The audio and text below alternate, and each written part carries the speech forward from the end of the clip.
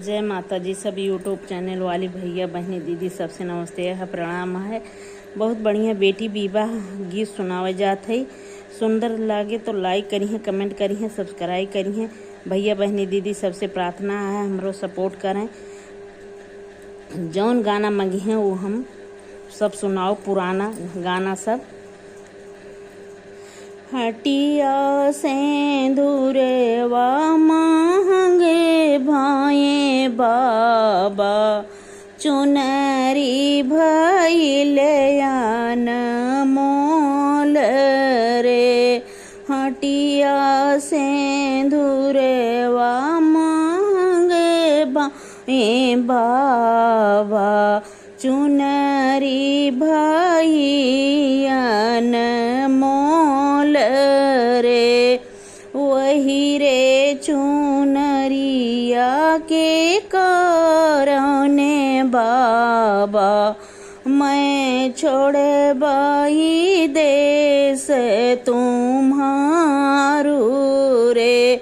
वही रे चुनरिया के करने बाबा, मैं छोड़ बाई देश तुम्हारू रे।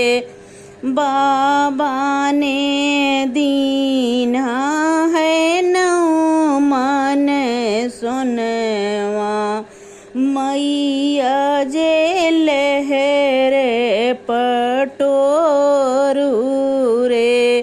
बाबा ने दीना है नौ मन सुनवा, मैया जे लहरे पटोर रे।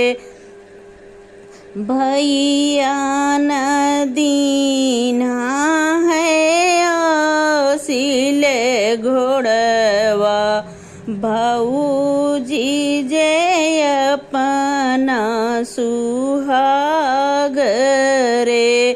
भैया ने दीना है आसिल घोड़वा, भाऊजी जे अपना सुहाग रे।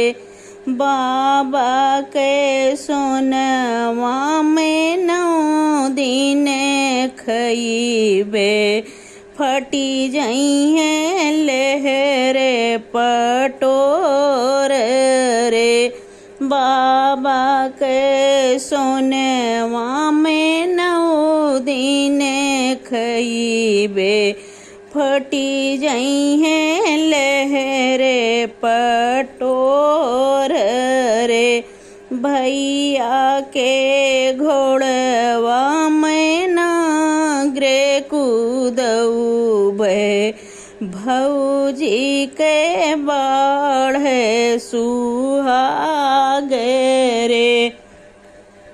भैया के घोड़वा में नागरे कूदऊबे, भौजी के बाढ़े सुहाग रे।